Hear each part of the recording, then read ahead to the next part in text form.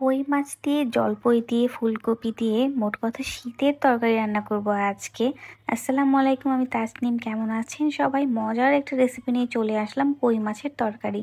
প্রথমেই তেল দিয়ে গরম করে নিয়েছি, তার মধ্যে এখন হলুদ মরিচ মাখিয়ে কই মাছগুলো ভালো মতো ভেজে নিব এপিট ওপিট করে। এই তরকারিটা শীত আসলেই আমরা খাই, খুব মজা লাগে। আর তরকারিতে জলপাই দিলে কিন্তু তরকারির স্বাদটা আমাদের কাছে দ্বিগুণ হয়ে যায়। আপনাদের কেমন লাগে তা জানি না। তো মাছগুলো ভাজা হয়ে গিয়েছে এপাশ, তাই আমি হালকা করে উল্টিয়ে নিচ্ছি। আপনারা এভাবে বাসায় খেয়ে দেখবেন, তরকারিটা খুবই মজা লাগে আমাদের কাছে। তাই আপনাদের সঙ্গেও ভাবলাম একটু শেয়ার করে দিই। তারপর আস্তে আস্তে করে মাছগুলোকে এক এক করে উঠিয়ে নিচ্ছি একটি আলাদা পাত্রে। তারপর যে তেলটা থাকবে এই তেলের মধ্যেই আমি সুন্দর করে পেঁয়াজ কুচি করে রেখেছি, পেঁয়াজ একটু বেশি পরিমাণে দিয়ে নিচ্ছি। এখন পেঁয়াজটা ভালো মতো ভেজে এর মধ্যে লবণ দিয়ে নিব। লবণটা এ পর্যায়ে দিয়ে তারপর আদা রসুন বাটা 1 চামচ দিয়ে দিলাম। তারপর মরিচের গুঁড়া 2 চা চামচ পরিমাণ, 1 চামচ পরিমাণ হলুদের গুঁড়া দিয়ে ভালো মতো এখন একটু মিশিয়ে নিব। এরপর একটু পরিমাণে পানি দিয়ে নেব যেন মশলাটা পুড়ে না যায়।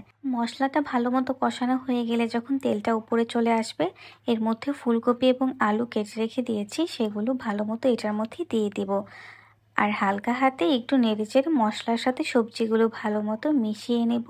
আপনারা চাইলে ফুলকপিগুলো আর একটু ছোট করেও দিতে পারেন। আমরা যেহেতু বড় বড় থাকলেই খেতে পছন্দ করি, সেজন্য এভাবেই দিয়েছি। এখন 10 মিনিটের মতো ঢেকে রেখে দিয়েছি। হালকা পানি উঠে এসেছে, দেখেন কোনো পানি কিন্তু এর আগে ইউজ করিনি।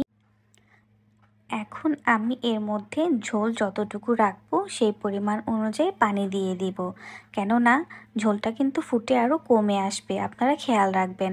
আর আমি হালকা ধনিয়া পাতা দিয়ে নিচ্ছি আর কাঁচামরিচ দিয়ে নিচ্ছি, পরে আবার নামানোর আগে কিছুক্ষণ দিয়ে নিব। এখন 15 থেকে 20 মিনিটের মতো সুন্দর মতো জাল করে নিয়েছি। এখন এই জলপাইগুলো আনাম আনামে দিয়ে দিব, ভেঙে দিলে তরকারিটা অনেক টক হয়ে যাবে। তাই আনাম জলপাই দিয়ে একটু ঝোলের ভিতরে হালকা করে প্রেস করে দিচ্ছি। এখন ঢেকে রেখে দিলাম। আবার কিছুক্ষণ পর ফিরে এলাম, দেখুন কি সুন্দর একদম ঝোলগুলো কমে এসে এবং সব সিদ্ধ হয়ে গিয়েছে। এখন ভেজে রেখেছিলাম যে কই মাছগুলো এক এক করে দিয়ে দিচ্ছি। কই মাছগুলো দেওয়ার সময় অবশ্যই খেয়াল রাখবেন যেন ভেঙে না যায়, আর ঝোলে ডুবিয়ে দেওয়ার একটু চেষ্টা করবেন, তাহলে মাছের যে স্বাদটা সেটা কিন্তু ঝোলের সাথে মিশে যাবে। আর তা না হলে কিন্তু তরকারিটা খেতে একদমই ভালো লাগবে না। এজন্য খেয়াল রাখবেন যেন মাছের সাথে ঝোলের যে সংমিশ্রণটা মিশে যায়। তো এভাবে দিয়ে আমি একটু নেড়েচেড়ে দিচ্ছি মাছগুলোর সঙ্গে যেন ঝোলগুলো আসে। আর এই তো ধনিয়া পাতা দিয়ে দিচ্ছি আরও একবার।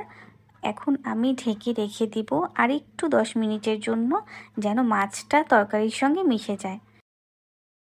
হয়ে গেল তো মজার তরকারি, কই মাছ দিয়ে জলপই দিয়ে এবং ফুলকপি আলু দিয়ে, খুব মজা খেতে।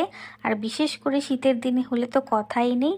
তাই আপনারা অবশ্যই বাসায় রান্না করে একবার হলেও দেখবেন জলপই দিয়ে কই মাছ, খেতে কিন্তু বেশ লাগে। আমাদের বাসার সকলেরই এই খাবারটা খুবই পছন্দ। তাই তো আমরা শীত আসলে মাঝে মধ্যে এই খাবারটা করে থাকি। আপনাদের সবার আমন্ত্রণ রইল আমার পেজ। যারা ফেসবুক থেকে দেখছেন অবশ্যই লাইক করে দেবেন এবং যারা ইউটিউব থেকে দেখছেন সাবস্ক্রাইব করে দেবেন। আল্লাহ হাফেজ।